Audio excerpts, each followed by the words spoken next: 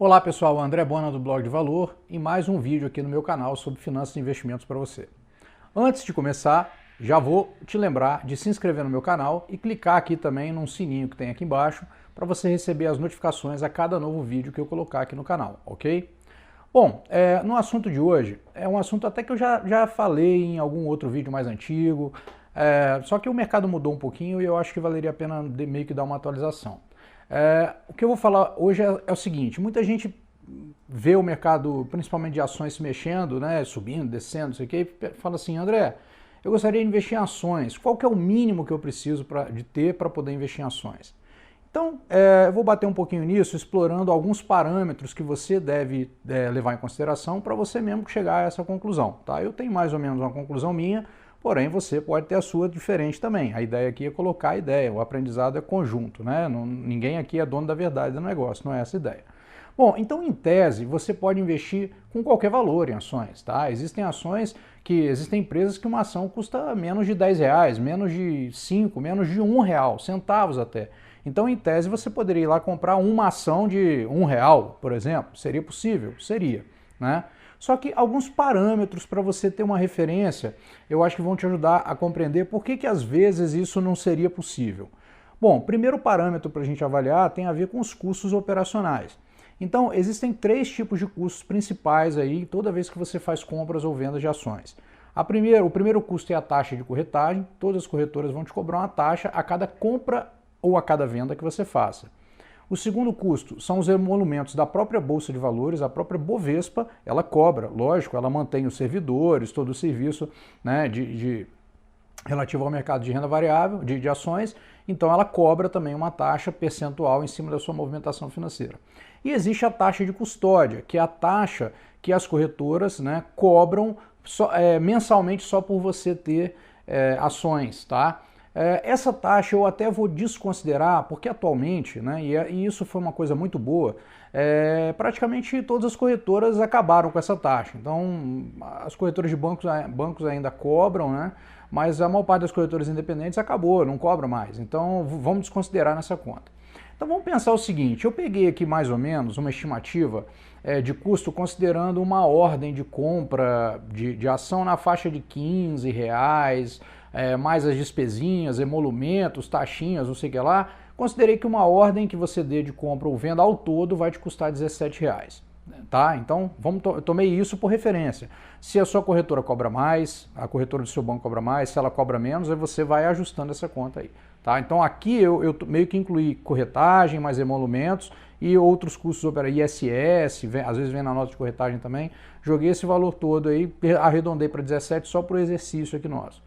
Então imagina que eu achei uma ação de uma empresa, uma ação só, de R$10, tá? E resolvi fazer a compra dessa ação. Então vou lá na minha corretora, entro lá e faço uma compra de uma ação de R$10. Bom, eu vou comprar uma ação por R$10 e vou pagar mais 17 de custos. Então eu vou pagar R$27 para ter uma ação, perfeito? Então R$10 é o preço da ação e 17 são os custos operacionais que eu vou pagar por ter adquirido aquela ação. E aí o que acontece? Aí eu, deixo para lá, vou passear nas férias, enfim, esqueço. Aí um dia eu olho lá aquela ação e aquela ação teve uma mega valorização absurda, tá? Tô dando um número assim muito absurdo mesmo para você, só para a gente exercitar, tá? Porque não tem a expectativa de que aconteça esse tipo de valorização, não. É muito só quando você acertou, é só uma sorte quase que igual ganhar na Mega Sena. Mas vamos lá. Uma mega valorização sei lá, essa ação está valendo agora R$44. Ou seja, se valorizou 340%. Imagina, pô, você está felizão, pô, fiz uma compra de ação, ela se valorizou 340%. Olha só que rentabilidade que eu tive. Aí você vai lá e vai colocar a sua venda para fazer lá no seu home broker. Aí você coloca a venda. Qual o valor da ação? 44. E aí você vai fazer essa venda. Só que aí esses 44, na hora que você vender, vai cair o dinheiro na sua conta na corretora, mas vai ser descontado o custo operacional. Lembra que a gente simulou R$17? Então 44 menos 17, 27. Então olha, que na compra você pagou 10 mais 17 e você gastou 27, e na venda você recebeu 44 menos 17 também 27. Ou seja, como o montante era muito pequeno, a ação se valorizou 340% e isso só foi suficiente para cobrir os custos da operação. Então, no final das contas, o resultado foi 0 a 0. Você não ganhou dinheiro nenhum com isso, né? Porque os custos operacionais mataram a sua rentabilidade. Então, o que eu considero como um custo operacional razoável, tá, para você fazer uma operação em ações? Eu acho que um custo operacional não pode ser maior, ou tem que ser mais ou menos na casa, de 1% do volume financeiro que você vai fazer na compra, né? Então isso significa, por exemplo, se eu estimei aqui que eu vou gastar R$17 na compra e R$17 na venda, então eu vou ter R$34 de custos operacionais quando eu comprar e vender uma mesma ação, perfeito? Então eu entendo que uma conta que faça sentido para esse 34 representar 1% do financeiro, seria pelo menos eu fazer uma operação com um montante de R$3.400, né? Onde esse 1% seria seria os R$34 de custo.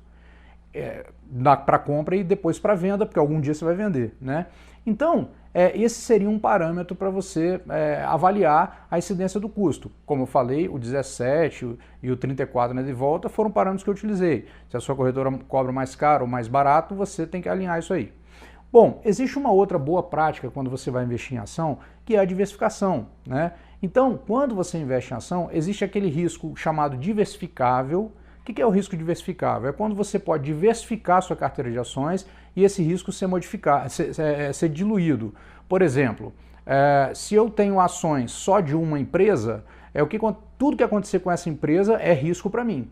Já se eu tenho ações de 10 empresas diferentes, então uma pode ir bem, outra pode ir mal, isso pode oscilar de maneira diferente, então eu estou diversificando meu risco. E existe um outro risco que é o risco sistêmico, esse não é diversificável. Crise de 2008, o mercado todo desabou, não importa qual empresa, se uma era melhor que outra, todo o mercado desabou. Então esse risco é um risco sistêmico, é um risco que vai impactar em todo mundo da mesma forma, independente da individualidade. Então, quando você vai trabalhar uma carteira de ações, é uma boa prática que você tenha uma carteira diversificada. E uma carteira diversificada ela tem que ter pelo menos, sei lá, de 8 a 12 ativos de diferentes setores, né? 8 a 12 ações. Então, vamos pegar aqui mais ou menos 10 ações, tá? Então vamos supor que, 10, nem 8 nem 12, 10 ações. Se você quisesse montar uma carteira de 10 ações. Então, você ia precisar pelo menos de R$34 mil.